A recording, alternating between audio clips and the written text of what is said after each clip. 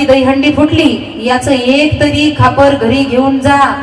हे खापर घरी नेलं की घरातली संपत्ती कधीच हटत नाही. आता तर 2-4 म्हाताऱ्या नक्की मरतील आणि मग ते दहीहंडीचं खापर नेतील. ते म्हणतील आता तर महाराजांनीच सांगितलंय आपल्याला. असं आहे बाबा, वेळ आहे ना, थांबवायचंय, संपवायचंय. 5 मिनिटं घ्यायचंय. मला वेळ वाढून दिला म्हणून माझं लांबत चाललं. काल्याच्या कीर्तनासाठी 3 तास लागतात. राग येऊ देऊ नका, फक्त मी काय सांगते तेवढंच ऐका. काला हा काला उपभोगण्यासाठी स्वर्गीचे अमर इच्छिता ती देवा, मृत्यू लोकी व्हावा जन्मामा. आपण सर्व सांप्रदायिक मंडळी व्यास मंचावर आहे. आपला टाकरखेडा मोरेचा मला नियम बदलायचा नाही, पण जर काला ठेवत असाल तर गोविंदाचं चरित्र ऐकल्याशिवाय काला कधी मोडायचा नाही, एवढं लक्षात ठेवा. विठ्ठल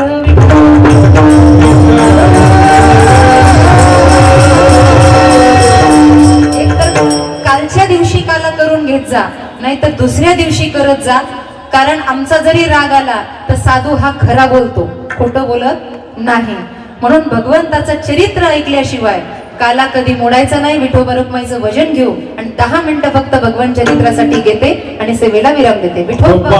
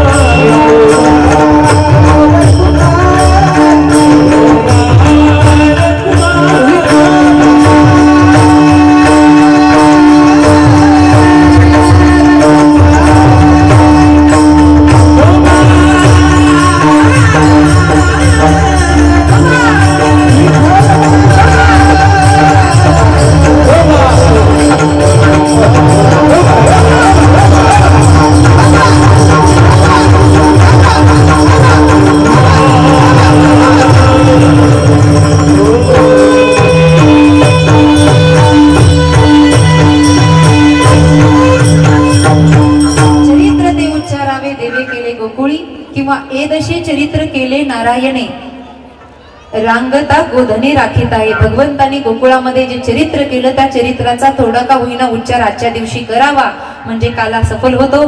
भगवंताचं प्रागट्य झालं, सुरुवातीला तुरुंगामध्ये झालं आणि नंतर गोकुळामध्ये झालं. गोकुळीच्या सुखा अंत पार नाही लेका, गुडिया तोरणे करीती कथा गाती गाणे. सुंट वडे वाढायला लागल्या, त्या ठिकाणी माखण चोरी करणाऱ्यांसाठी माखळाचा मार, लोण्याचे गोळे फेकायला लागल्या. हा आनंद उत्सव त्या गोकुळामध्ये प्रारंभ झाला. तो गोकुळामध्ये नांदणारा मनुष्य देहामध्ये आला म्हणून त्याला सुद्धा वधित करण्यासाठी काही लोक आली, अर्थात असुर आली. आपत्कालीन सभा ज्यानं घेतली त्या सभेमध्ये पहिला हात उठवणारी स्त्री होती आणि ती पूतना नावाची अविद्या भगवंताला मारण्यासाठी आली. पण तो भगवंत होता पूतना करून अकासूर, बकासूर, तृणासूर, धेनकासूर या अनेक असुरांचा वध करणारे, परित्राणाय साधूनाम विनाशाय च दुष्कृताम धर्म संस्थापनार्थाय संभवामी युगे युगे. तळवे तळहात टेकित डाव्या गुडघ्याने रांगत रंगणी रंगनाथ या अर्थाने भगवंत रांगतायत, उखळ क्रीडा करतायत आणि यमलार्जुनाचा वध करतायत. आणि या वधानंतर भगवंत आता पाऊल टाकायला लागले. बघता बघता आपल्या गोप बाळांसोबत खेळायला लागले. आणि मग ज्या कारणासाठी भगवंत आले, गड्यांनो खायला काही मिळतं की नाही? तुझी ये संगती झाली आमची निश्चिंती, नाही देखिले ते मिळे भोग सुखाचे सोहळे. देवा आता तू आलाय, खायला भेटल. भगवंत म्हणले चला मग एक मंडळ स्थापन करू. आणि म्हणून शौर्य मंडळ स्थापन केलं आणि त्यांचे भाषण सुरू.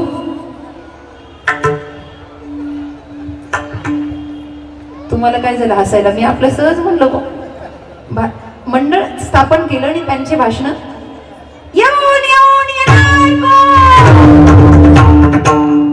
जमतंय ना मला.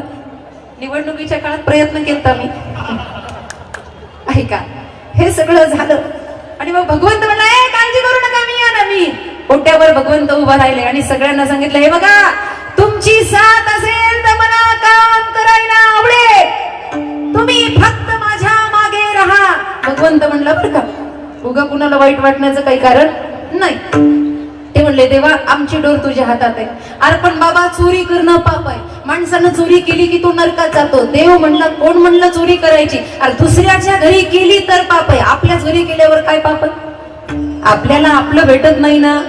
पोरं म्हणली, देवा, आम्हाला काही कळेना. काही नाही म्हणे, आपलं जेवढं मंडळ आहे, रोज एकाच्या घराचा नंबर लावायचा आणि त्याच्या घरात जाऊन दही माखण खायचं. ते म्हणले, देवा, याच्यासाठी तर पूर्वतयारी करावं लागेल, कारण आमच्या आया फार आगाऊ आहे. म्हण एवढं सोपं आम्हाला भेटेल एवढं सहज नाही आहे. मग त्यांनी सांगितलं, असं करा, माती घ्या, वस्त्र काळ करून ते काटे घ्या सराट्याचे, कारण की ते जर पायामध्ये घुसले तर त्यांचा वेग कमी होणार. पण काही काही लोक या जगातले असे, त्यांना जर एक कारण सांगितलं तर ते दुसरं कारण काढतात. एखाद्याला जर सांगितलं ना, बाबा दुकानातून गुळ घेऊन ये, तर तो म्हणतो खोकला आला तर. काही लोक असे आहेत, काही लोक सांगकामी आहेत आणि काही लोक आगाऊ कामी आहेत. असे दोन प्रकारचे लोक आहेत. थोड्या वेळात सांगते. गुळ आणायचा सांगितलं तर ते काय म्हणतात, खोकला आला तर. एका जणाला मालकानं खोकल्याचं औषध आणायचं सांगितलं, आगाऊ कामी. ते खोकल्याचं औषध आणायला दुकानावर गेलं, येता येता डॉक्टरला तर घेऊन आलं, पण 2.5 मीटर पांढरा कपडा मी घेऊन आलो. मालकानं विचारलं, हे काय? काही नाही म्हणला, खोकल्याच्या औषधानं जर नाही राहिलं तर नाडी तपासायला डॉक्टर, आणि डॉक्टरचा गुण नाही आला तर मरणारच आहे, म्हणून पांघरायला पांढरा कपडा. विठ्ठल.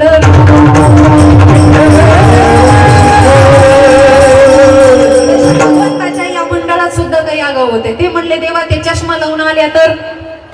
वस्त्रगाळ माती माग येणाऱ्या गवळणीच्या डोळ्यात फेकली आणि त्या जर चष्मा लावून आल्या तर. देव म्हणले, मग काट्याचा उपयोग करू. मग पोरं म्हणली, त्या चपला घालून आल्या तर. मग देव म्हणला, खडे कशाला आहेत? खडे फेकून मारू. कारण कोणतंही असो, घरात जाऊन चोरी करायची आणि मग माखन मिश्रीची चोरी सगळीकडे सुरू झाली. पण आपत्कालीन हे संकट कसं ओढावलं, आमच्या घरातल्या या चोऱ्या कशा सुरू झाल्या, याचा शोध गवळणी घेऊ लागल्या. आणि मग रात्रीची ड्युटी सुरू झाली. ते वॉचमॅन असतात ना रात्रीचे, तसं जागते रहो, जागते रहो. अशा जागते रहो म्हणणाऱ्याच्या गवळणीच्या घरामध्ये मागच्या दारानं जायचं. एक गवळण एवढी अशी खंबीर होती, मंडळाची अध्यक्ष. ती म्हणली, आपल्या बरोबरीला अजून कोणी उभा राहू शकलं नाही. देव म्हणला, हिचा फोन नंबर घ्या रे आणि घर नंबर बी विचारून घ्या. मागच्या दारानं देव गेला. गेला तर गेला, तिचा सासरा असा अंगणात झोपलेला होता. उन्हाळ्याचे दिवस होते. अंगणात गेला, हंडी फोडली, माखण तर खाल्लं, पण एक छोटीशी दही हंडी अशी बाकी होती, मडकं. ते आणलं, त्या म्हाताऱ्याच्या पोटावर असं फोडलं आणि त्याच्या तोंडाला दही लावलं. आणि बघता बघता सकाळ झाली आणि ही मामांजीला उठवायला गेली. ती म्हणली, मामांजी, सगळ्या गावात गोबाटा झाला, हे वयात शिवतो हे चोरून खायला. म्हातारं आरडून आरडून मेलं, अगं मी चोरी केली नाही, कुणीतरी आहे. एका गवळणीच्या घरात असा मोठा डेरा होता, मोठा. आणि मोठ्या डेऱ्यामध्ये भगवंत चोरी करायला गेले. आता भगवंताची उंची लहान होती, डेरा असा मोठा होता. भगवंत असं डोकावून पाहता पाहता भगवंतच त्याच्यात जाऊन पडला. मला त्या डेऱ्यातच जाऊन पडला. या कृष्णलीला आहे, फार गमतीदार. आणि मग आता तिचं काम होतं, सकाळी उठल्यानंतर रवई घालायची. म्हणतं, रवई कळते ना, असं, हा, मिक्सर मिक्सर शॉर्टकट. ती रवई घातली आणि मंथन असं सुरू झालं. महाराज, मंथन सुरू झालं, पण वर लोणीची आहे ना. आता हा गोळामध्ये बसल्यावर लोणी येईल का वर? हे मध्ये गोळा होऊन बसलेलो होतो. आणि मग तिनं काय केलं, गोळा काढण्यासाठी असा हात मध्ये घातला तर देव जसाच तसा भरलेला लोण्यानं समोर आला. आणि मग ती म्हणली, तुझी आई फार नाक घेऊन म्हणत होती, माझ्या पोरावर आळ घेतात, चल म्हणे तुला घेऊन जाते. आता जसं भगवंताला धरलं, ओढत ओढत ओढत ओढत. आता भगवंत एवढा साधा नाही. वेदा नाही नाही कळला अंत पार याचा, कानडा राजा पंढरीचा. भगवंत म्हणले, हा हा, नेहमी काय तुझ्या बापाला घाबरतो का? म्हणे, मी कुणालाच घाबरत नाही, घेऊन जा. पण आता असं आहे, देवाचं प्रदर्शन केलेलं देवाला आवडत. शब्द नीट ऐका, देवाचं प्रदर्शन केलेलं देवाला आवडत नाही, देवाला जाणून जीवनाचं जीवन दर्शन केलेलं देवाला आवडतं. आणि म्हणून यांना ओढत ओढत घेऊन चालल्या. आता भगवंत लहान होते, पाठीमागे तिची मुलं आडायला लागली. अगं आई, आमचा मित्र आहे, सोड ना. आज सोडत नसते म्हणे. याची आईनं सांगितलं, माझ्या बाळावर तुम्ही आळ घेता, बाळ सकुन गुणाचे तारे, बाळ दिसते गोजीरवाने, काय सांगता काराने गोकुळच्या नारे. ती म्हणत होती, हेच द प्रूफ, सबूताना सबूत. आज कसा भरलेला सबूत भेटला तसाच ओढत ओढत चालवला महाराज. ओढत असताना अर्ध्या रस्त्यात गेलं. देव म्हणला, ही माझं प्रदर्शन करते काय, आता हिचं प्रदर्शन करतो. जुन्या काळातल्या बाया असा डोक्यावर पदर, पण तो लांब पर्यंत. राजघराण्यातल्या बाया असा लांब पर्यंत पदर घ्यायच्या. तो लांब पर्यंत पदर घेतला. देव म्हणला, हिला तर काही समोरचं दिसत नाही. आणि मग देवानं आवाज दिला, अगं म्हणे चंद्रप्रभे, माझ्या हाताला तरी सोड म्हणे, वेदना व्हायला लागल्या. असं कर, हा हात सोड आणि दुसरा हात घे. ये हाथ छोड़ के दूसरा पकड़ लो. पूरा कीर्तन हिंदी में करना चाहते थे लेकिन समय कम है. ऐका, हा हात सोड आणि दुसरा हात धर. आता त्या चंद्रप्रभेला असं वाटलं की लहान लेकरू आहे, याला न्यायचंय, पण खरंच याच्या हाताला वेदना होत असतील, म्हणून तिनं हात सोडला. ती म्हणली, दे लवकर दुसरा. यानं दुसरा नाही दिला, दुसऱ्याचा दिला. तिच्याच कार्ट्याचा हात तिच्या हातामध्ये दिला. पण तिला उडत उडत तोपर्यंत हे मधल्या गल्लीतून पळत गेलं. आणि आईला म्हणलं, यशोदा आई, मला खूप भूक लागली आहे. ती म्हणली, का रे देव, आज तुला एवढी भूक? हो म्हणे, भूक लागली, दूध काला खायचा. मग तिनं दूध काला केला, कडेवर बसवला. नाही म्हणे, इथे खाण्यात मजा नाही, मग समोरच्या ओट्यावर बसून खायचंय. म्हणजे चंद्रप्रभा आल्यावर तिला आल्या दिसलं पाहिजे ना मी कोण. समोरच्या ओट्यावर बसून खायचं. आई समोरच्या ओट्यावर घेऊन नंदलालाला गोपाळकाला बरवते. आणि त्याच वेळेला चंद्रप्रभा आरडाओरडा करत आली. आणि आल्याबरोबर तिनं असा पदर मागे घेतला. अगो बाई, ज्याचं भांडण घेऊन आलं ते तर मांडीवर बसलेलं, आणि मग हाताला कोण आहे, स्वतःच कार्ट. आणि मग यशोदा माई म्हणते, का ग चंद्रप्रभा, इकडे कुठे? काय नाही बाई म्हणे, सत्यनारायणाची पूजा होते, हळदी कुंकाला सांगायला आले. काय कारण सांग. भगवंताने एवढा खटाटोप केला, आवरी आवरी आपुला काना, नाचविल्या अमुच्या सुना. आणि ज्या वेळेला याचा वितंड वाढला तेव्हा आई बापाने निश्चय केला, छोटी छोटी गैया, छोटे छोटे ग्वाल, छोटो सोमेरो मदन गोपाल. अरे रे, तुम्ही गाया घेऊन सारे गोपाळ. भंडारा लावला, गोपाळ नामकरण केलं. आणि मग गायांना घेऊन जायचंय, मनोरूपी गाईला ओळवायचंय. पण ओळवताना थोडी शिदोरी सुद्धा सोबत असावी की नाही. आणि म्हणून सगळ्यांनी आपापल्या घरून शिदोऱ्या घेतल्या. पण शिदोऱ्या खाण्यासाठी अगोदर खेळला पाहिजे. तो खेळ जरासा खेळू.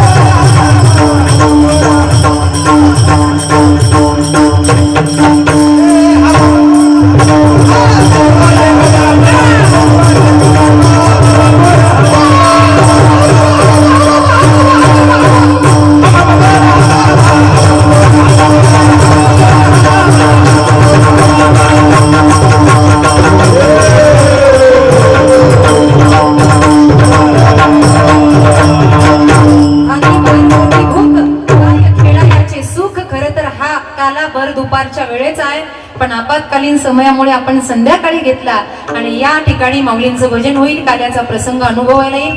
विठ्ठल जय जय पर्यंत कोणीही जागचं उठायचं नाही. ज्ञानेश्वरा कंठी धरिला कृष्णमणी, ज्याच्या जीवनामध्ये नाम साधा आहे, अखंड भक्तीची तत्वधारा आहे, जो भजनाशिवाय राहू शकत नाही, जो कृष्ण प्रेमाशिवाय अर्थात विठ्ठल प्रेमाशिवाय, कृष्ण आणि विठ्ठल तुझा भाव नाहीच आहे. भगवंताची रूप वेगळी आहे, पण भगवंत मात्र एक आहे. म्हणून राम म्हणा किंवा श्याम म्हणा, कृष्ण म्हणा किंवा विठ्ठल म्हणा, महाराज म्हणतात कृष्ण माझी माता, कृष्ण माझा पिता, बहीण बंधू चुलता कृष्ण माझा, किंवा विठ्ठल माझी माता, विठ्ठल माझा पिता, बहीण बंधू चुलता विठ्ठल माझा.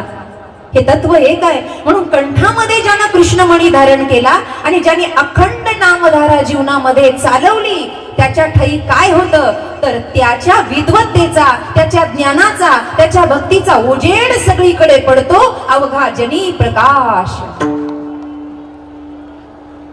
आणि मग हा जगामध्ये प्रकाश प्रचलित झाला की हरी नामाचा खिचडी काला वाटण्यासाठी ते समर्थ असतात. म्हणून तुकोबाराय म्हणतात काला वाटू एकमेका. हा आम्हाला आलेला स्वानुभवाचा आनंद आम्हाला एकमेकांमध्ये वाटायचा आहे. आणि हा आनंद वाटत असताना या वाट्यामध्ये सुद्धा काही अधिकारी आहे. असा हा काला कुणालाही वाटता येत नाही. मग कोण अधिकारी आहे? वैष्णव निकी असणारे वैष्णव अधिकारी आहेत, जे निष्ठावंत भावानं भजन करतायत, भक्ती करतायत. निष्ठावंत भाव भक्ताचा स्वधर्म, निर्धार हे वर्म चुकू नये, अशा निक्या वैष्णवांना हा काला वाटवतो. महाराज मग हा काला या भूमंडळामध्येच आहे का? आणि जर देवतांची इच्छा झाली, नाही, त्यांचा तो अधिकार नाही आहे. ब्रह्मपद तुच्छ केले या कारणे आम्हा जन्म घेणे युगायुगी हे सांगत असताना त्या ब्रह्मादिक पद धारण करणाऱ्यांना सुद्धा या काल्याचा अधिकार नाही. उलट आम्ही त्यांना वाकुल्या दाखवतो. अरे तुम्हाला मिळणार नाही, तुम्हाला मिळणार नाही, तुमच्या प्रारब्धात नाही, उपजोनिया पुढती येऊ, काला खाऊ दही भात या न्यायानं. महाराज एवढं सगळं करत असताना हे सामर्थ्य तुकोबाराय म्हणले हो ना, त्या भगवत भजनानं आमच्यामध्ये सामर्थ्य आलं. म्हणून तुका म्हणे भूमंडळी आम्ही बळी वीर गाडे विठ्ठल.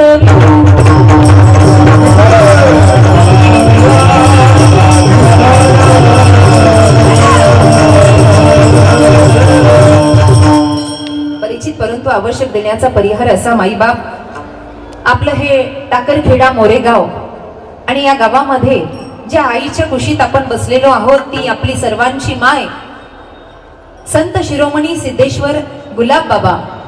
आणि गुलाब बाबांचा 24वा समाधी सोहळा आहे. 7 दिवस आपण अभ्यासात आहात. 7 दिवस आपण रामकथा ऐकली आणि आज 1 तासात कृष्ण कथा ऐकायची आहे. हे नवल आहे. खरं तर रामकथा ही सौम्य आणि शांत आहे, कारण रामप्रभूंना आपण अनुभवलंय. परंतु कृष्ण कथा ही अशीच आहे जी पहिल्या सुंदरते ध्यानपासून सुरू आहे. कारण खेळी मेळी गदारुळी हा आनंद आहे. देहुडा चरणी वाजवी तो विणू, त्याला नाद आवडतो, विणू नाद आवडतो. आणि त्या आनंदामध्ये मग्न झालेला भगवत तत्व 1 तासामध्ये आपल्या समोर प्रगट करायचंय काल्याच्या निमित्तानं. परिहार असा, 7 दिवस आपण जी सेवा केली आहे ना, त्या सेवेचा आजचा मेवा आहे. काल्याचं कीर्तन म्हणजे विरामाचं कीर्तन. ओम पूर्णमदं पूर्णमिदं पूर्णात पूर्णमुदच्यते पूर्णस्य पूर्णमादाय पूर्णमेवा वशिष्यते. आज विरामाचं कीर्तन आहे आणि त्याबरोबर प्रसादाचं सुद्धा कीर्तन आहे. आजच्या दिवशी प्रसाद घेणं हे फार महत्वाचं असतं, आहे की नाही? पाहे प्रसादाची वाट. तुम्ही सगळेजण आता दिंडी संपल्यापासून, पालखी सोहळा झाल्यापासून प्रसादाची वाट पाहता की नाही? महिला मंडळ पाहता, वाट पाहता तुम्ही सगळे. तुम्ही वाट पाहता आणि आम्ही वाट पाहतो आणि संतही वाट पाहताय. आणि आज सुंदर संगम आलेला आहे. आज जगदवंदनीय तुकोबरायांची बीज आहे. आजच्या दिवशी वैकुंठ गमन झालं. भंडारा डोंगर देहू नगरी सजलेली आहे. पण अभिमानानं म्हणावं वाटतं की आता या क्षणाला असं वाटतं की मी देहू मध्येच उभा आहे. कारण ही भूमी सुद्धा तेवढीच पवित्र आहे. महाराष्ट्रामध्ये ज्ञानोबा तुकोबा आणि गुलाब बाबा आदी करून संतांनी हे सामर्थ्य निर्माण केलं की साक्षात वैकुंठ दर्शन घडवून दिलं. आज टाकरखेडा मोरे हे आळंदी देहूपेक्षा कमी नाहीये. समस्त वारकरी संप्रदाय इथे एकवटलाय आणि म्हणून आज प्रसाद घ्यायचा आहे. प्रसाद घ्यायचा. प्रसाद सेवा केली ना 7 दिवस, मग अधिकार आहे प्रसाद घ्यायचा. तुम्ही म्हणता मग पंगत कधी सुरू होईल? आम्ही प्रसादासाठी आलो. ही आळंदीहून माझी भावंड प्रसादासाठी झाली आहे, बरोबर. या प्रसादासाठी आपण आलो आणि म्हणून आजचा काला आहे. पण हा काला साधारण नाहीये. हा काला असा आहे की हरिनामाचा खिचडी काला. इथे प्रेम व्यक्त आहे, प्रेम. आणि प्रेमाशिवाय भक्ती पूर्ण होतच नाही.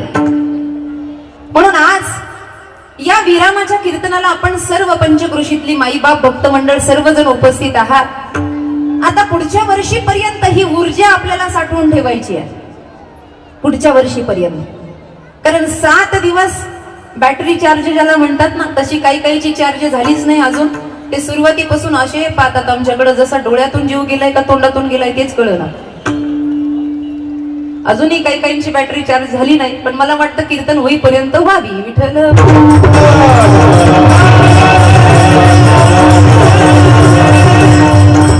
विरामाच्या कीर्तनाचा प्रसाद घेण्यासाठी आलोय. पुढच्या वर्षीपर्यंत अखंड आयुष्याची शिदोरी ज्ञानोबा तुकोबांकडून आपल्याला मिळावी, हाच एक उद्देश आहे. या कीर्तन सेवेच्या माध्यमातून काला काय आहे आपल्यापर्यंत पोहोचवावा. म्हणून या व्यास मंचावर या ठिकाणी माझी पात्रता नसतानाही मला उभं केलं ज्यांनी, असे परमहंस परिव्रजकाचार्य स्वामी सागरानंद सरस्वती महाराज त्र्यंबकेश्वर आनंद आखाडा. आणि भगवतीच्या कृपा आशीर्वादाने जसं बुद्धीमध्ये ज्ञान प्रगट होईल आणि वाणीतून जसं आई बोलवून घेईल तसा जास्तीत जास्त अभंग सोडवण्याचा प्रयत्न करेल. विठ्ठल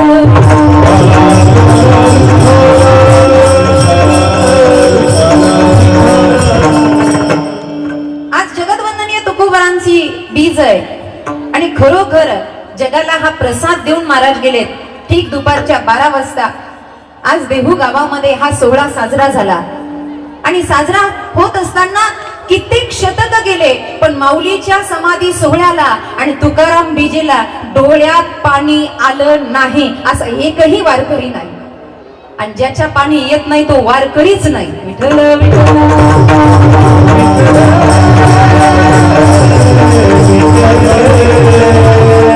आम्ही मधल्या काळात बोलून गेलो, संत जोपर्यंत असतात त्यावेळेला किंमत कळत नाही. ज्या दिवशी संत जातात त्यांच्या नावाने समाज रडायला लागतो. जरुरी नाही ते कोणत्या कुळातून आले, कोणत्या जातीतून आले, कोणत्या खानदानातून आले, ते कुठे विरामाला थांबले हे जरुरी नाही. एक शब्द नीट लक्षात ठेवा, जाती ना पूछिए संत की, पूछ लीजिए ज्ञान, मोल करो तलवार का, पडी रहें दो म्यान. त्यांचं ज्ञान अनुभव आहे. आणि वाजवायचे असतील टाळ्या तर मोठ्यानं वाजवा, नाही ते कुचर हरभऱ्यावणी करू नका. काही गरज नाही तुमच्या टाळ्यांची. इकडे तर लेट करंटच आहे. ऐका, त्यांच्या जातीपातीशी घेणं देणं नाही. ते कोणत्या कुळातून आले, आम्हाला एवढं आहे की त्यांनी निखळ ज्ञान आम्हाला पाजलं. तुकोबाराय जेव्हा निजधामाला चाललेत ना, तेव्हा तुकोबारायांची अवस्था बघा. ही अवस्था प्राप्त होण्यासाठी तुकोबारायांनी काय केलं असेल? काही नाही, अभंगाचं पहिलं चरण केलं असेल.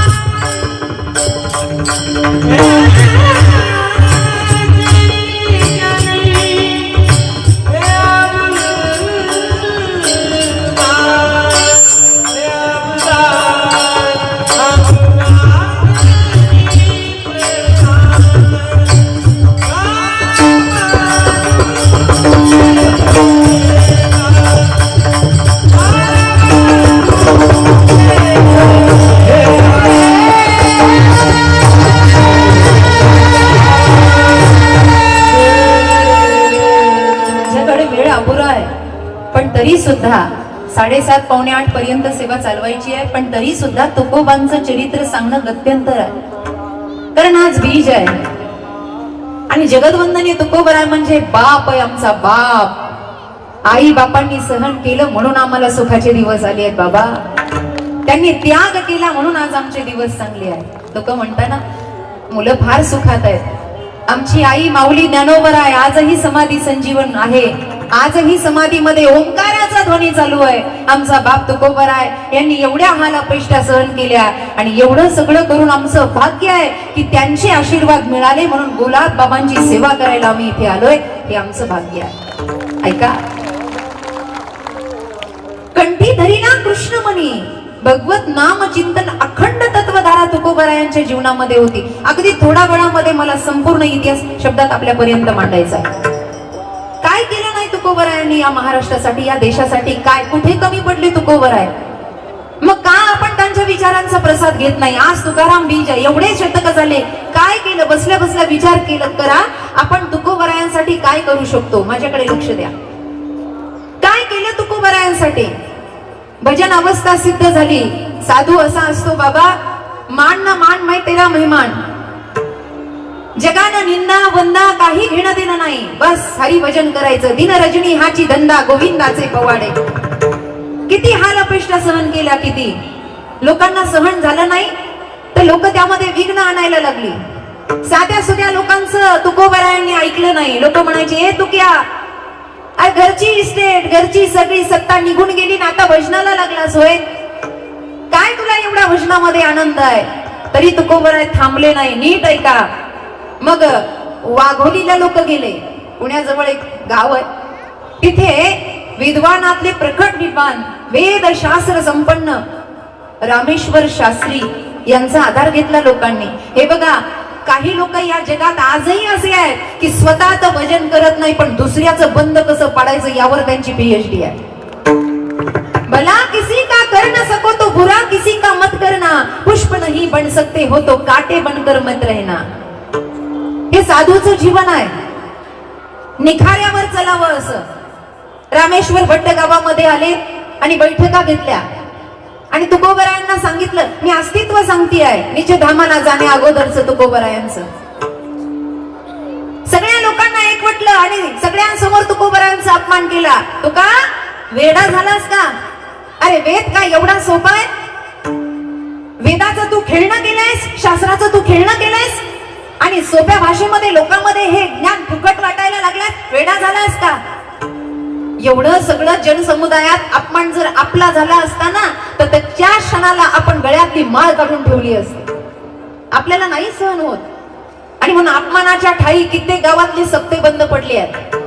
लोक असं म्हणता, महाराज किती करा तरी गाव आम्हाला नावच ठेवतं. आपल्याला थोडीशी ही घालमेल सहन होत नाही. एवढ्या लोकांना देखत, त्या पंचांना देखत तुकोबरायांचा अपमान झाला.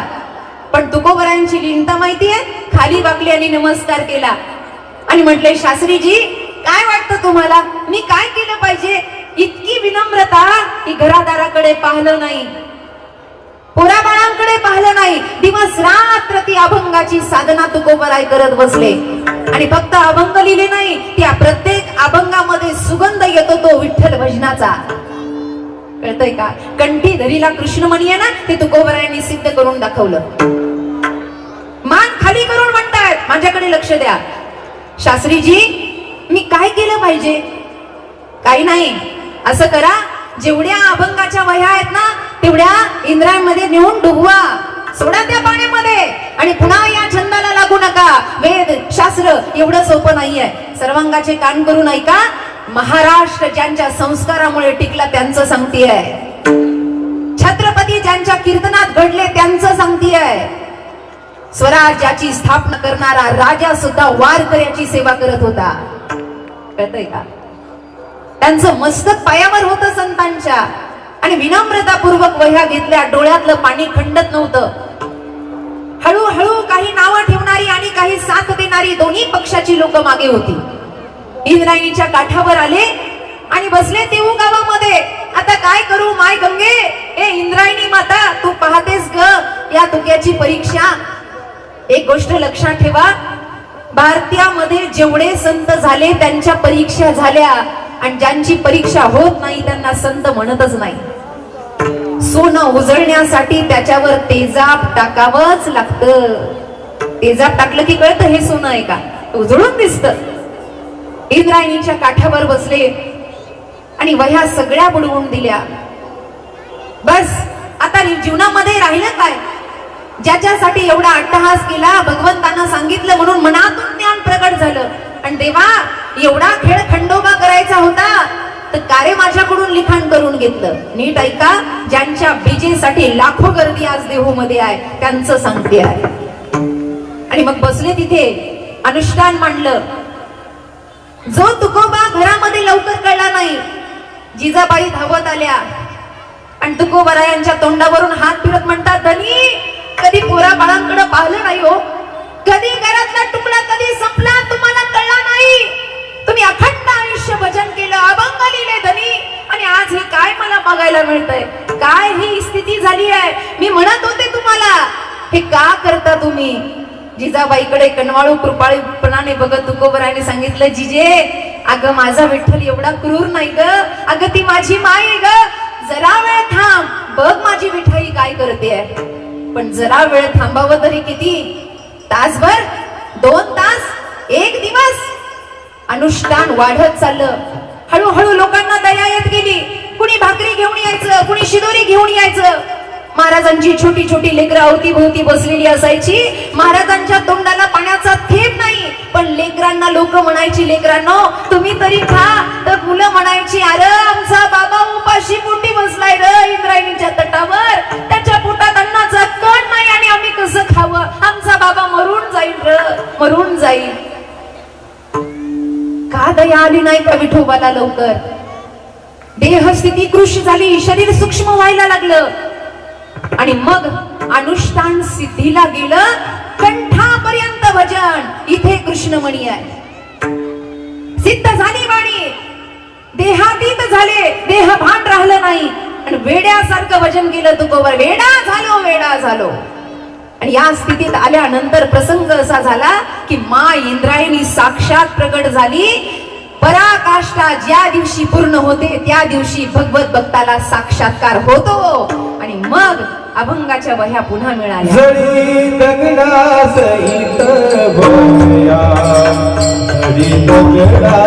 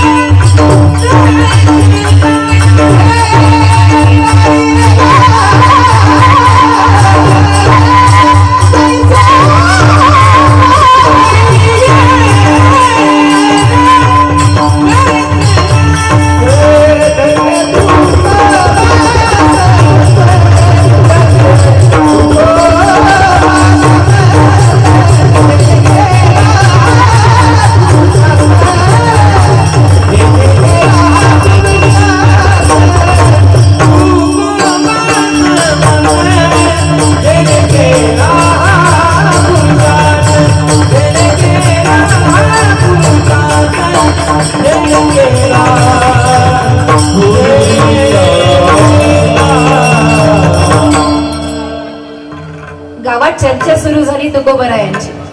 लोक म्हणले, अरे लाह्यासारख्या वह्या करून आल्या, धन्य तुकोबा समर्थ. पण पंचकृषींनी मांडलं पाहिजे ना, जिथं पिकत तिथं विकत नाही. पण पंचकृषी परीक्षा घ्यायला ठपलेलीच होती. शिवा कासाराच्या बायकोनं उकळतं पाणी अंगावर टाकलं, परीक्षा थांबली नाही. जळे माझी काया लागला म्हणवा, धावरे केशवा माय बापा. प्रत्येक जण परीक्षा घेत होता, प्रत्येक जण मडकं असं खणकावून बघत होता. आणि मग हळूहळू हळू भक्तीचा प्रचार प्रसार वाढला. आणि वाढता वाढता वाढता 42 वय. महाराष्ट्राची संस्कृती बघा, 32 वर्ष आद्यगुरु शंकराचार्य, 42 वर्ष जगदवंदनीय तुकोबराय, 22 वर्ष माऊली ज्ञानोबराय आणि 62 वर्ष शांती ब्रह्म एकनाथ महाराज यांचं जाणं झालं. आता निरोपाची वेळ आली, आता काम संपलं. पण असं आहे, गोडवा तेव्हा लागतो जेव्हा वस्तू संपत येते. गोडवा तेव्हा लागतो, मग ते खाद्यपदार्थ असो की भक्तीचा आनंद असो. संपत चालल्यावर पहिल्या दिवशी कथेला लोक नव्हतं. जसं जसं विराम जवळ यायला लागला तसं लोक म्हटली अजून पाहिजे होतं, अजून पाहिजे होतं. करायची का उद्यापासून पुन्हा सुरू? किती जणांना वाटतं उद्यापासून पुन्हा कथा चालू?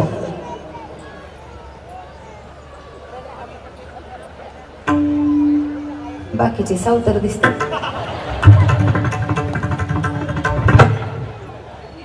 बरं, ज्यांनी केले तेला तरी आमची दया याव ना, वाती गंगाय म्हणून घ्या हात धुवून. असंय बाबा, संपत आलं, विरामाला झालं तुकोबांचा देह, अर्थात आता विलीन होणार भगवत तत्वामध्ये. गरुडावर बैसोनी माझा कैवारी आला. आता दिव्य दर्शन व्हायला लागलं, पांडुरंग न्यायला यायची वेळ झाली, विमान न्यायला यायची वेळ झाली. आणि त्यावेळेला तुकोबांचे शब्द बघा, ए देवा, असा परमार्थ करीन की तुला सुद्धा माझा अभिमान वाटावा, हा तुका आहे. असं भजन करीन देवा की तुला गर्व वाटावा, तुका म्हणे देवा ऋणी करून ठेवू सेवा. घोटवीन लाड ब्रह्मज्ञान हाती, असं कीर्तन करीन असे अभंग आहेत माझे देवा, की जे समाधीत बसणार आहेत ना त्यांना अभंग वाचून समाधी लागावी. ज्यांना तीर्थयात्रेचं वेळ आहे ना त्यांची तीर्थयात्रा जागीच थांबावी आणि ठाईच बैसोनी करा एक चित्त असा त्यांचा भाव व्हावा. जे हवन याज्ञिक कर्म करणार आहेत ना त्यांना या तुकोबांच्या अभंगातच सामर्थ्य वाटावं. असा भक्तीचं बीजारोपण मी करेल देवा, असा गाजावाजा जाताना करतायत तुकोबराय. आणि मग विमानात बसायची वेळ आली, मग लोकांनी टाहो फोडला, बाबा थांबा ना बाबा, थोड्या दिवस थांबा, आता तरी आम्हाला तुमचा प्रसाद घेऊ द्या, आता तुमच्या छत्रछायेखाली राहू द्या. जेव्हा जायची वेळ येते ना तेव्हा समाज वेडा होतो, आहे तेव्हा कळत नाही. गुलाब बाबा या मासामध्ये, या आठवड्यामध्ये त्यांचं जाणं झालं. वेळ नव्हतं लागलं बाबांना या मासामध्ये आपली स्वतःची तिथी निश्चित करायला. कारण का, तुकाराम बीज आणि विठ्ठलाचा संकीर्तन भाव, गुलाब बाबा सुद्धा यातच वेडे झाले, म्हणून या आठवड्यात त्यांचं जाणं झालं. आपण कुणी नाही त्यांना जागा दाखवणार आहे, आपण कुणी नाही त्यांचा सोहळा करणार आहे, ते स्वतःच सिद्ध आहे, म्हणून त्यांचं नाव सिद्धेश्वर आहे. कळतंय का? आपण सगळं भाग्यवान आहात की आज हा आनंद इथं उपभोगायला भेटतो. अखंड आयुष्य त्यांनी भजन केलं, गोपाला गोपाला देवकी नंदन गोपाला. किती सुंदर भजन केलं. एकदा आपण त्या भजनाचा छंद जोपासू. सर्वांनी वरती हात करा प्रेमाने.